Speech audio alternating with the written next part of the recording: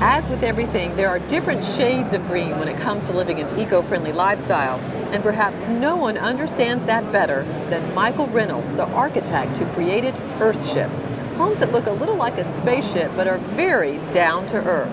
And while they are far out of the mainstream, they might just be what the planet ordered when it comes to protecting the environment.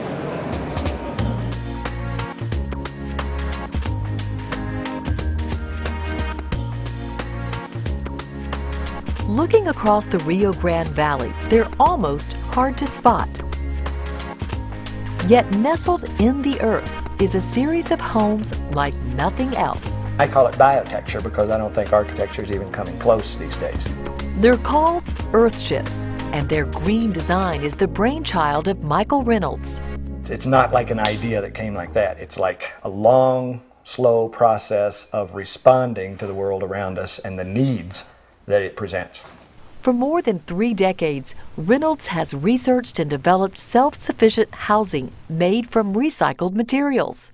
It started, like I said, with can houses. The first can house I got the idea to build, I talked to a much older engineer, sort of my elder, so to speak, in a bar, told him the idea I had, and he got mad and stormed out and said I was a disgrace to the profession of architecture. But Reynolds wasn't fazed. In the 1970s, he built his first Earthship and went on to build the first Earthship community just outside Taos, New Mexico. People thought I was crazy, just incompetent, stupid, insane, whatever. The logic behind an Earthship design is simple, with each one constructed using 6 basic principles. Power generation, water harvesting, and sewage containment and treatment must all be on site. Heating and cooling is done without using any fuel. There's an area for in-home food production, and each Earthship is built using only recycled materials. And all of this is trial and error development, but it took 30 years. After doing this for 35 years, I just now feel like we know what we're doing. Earthships are constructed partially underground, which helps with temperature control. But the key is tires. To build the walls of an Earthship, tires are packed with dirt and pounded together. So why use trees when you can use tires? But nobody can imagine how to use tires. But if you take a tire and beat it full of earth, it becomes a steel-belted, rubber-encased, thermal-massed, resilient brick. Once the tires are in place, plastic bottles, tin cans, and glass are stuffed in every nook and cranny to fill in the walls. Once the walls are in place, it's on to water. Remember, no wells allowed. So that means each Earthship is designed to capture and recycle rainwater. That water then gets used for everything from taking a bath to flushing the toilet to making ice cubes. Here's how it works. As rain falls on the roof, it's channeled to a cistern where it's filtered. The water is then saved for drinking and other household needs. But it doesn't stop there. Water from the sinks and showers, called gray water, is harvested again and sent to what's called a botanical cell. You take a shower, it runs through this system, waters all these plants, produces all this food, is totally contained. We gather it again, only it's much cleaner after going through all of this. We suck that back up to flush the toilet with. In other words, we flush the toilet with water that you took a bath in yesterday.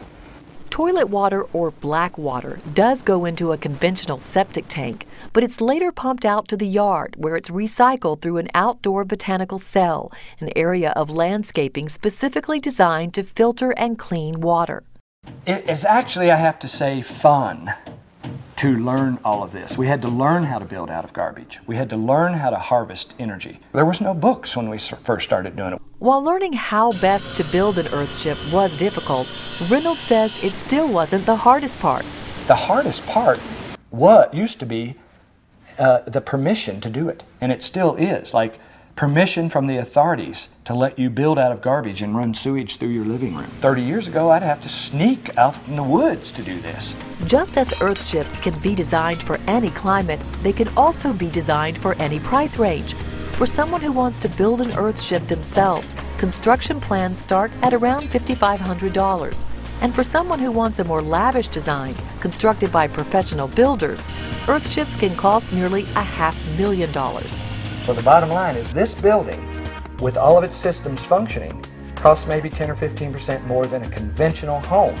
But the conventional home would have a $600 or $700 a month utility, power, water, sewage bill, heating, cooling, and this home wouldn't. So when you take your mortgage payment plus your utility bill and call that your living expenses, these homes net a cheaper way to live. Whatever the budget, Reynolds hopes his green Earthships will help pave the way to a more sustainable future and show homeowners everywhere that they can make a difference.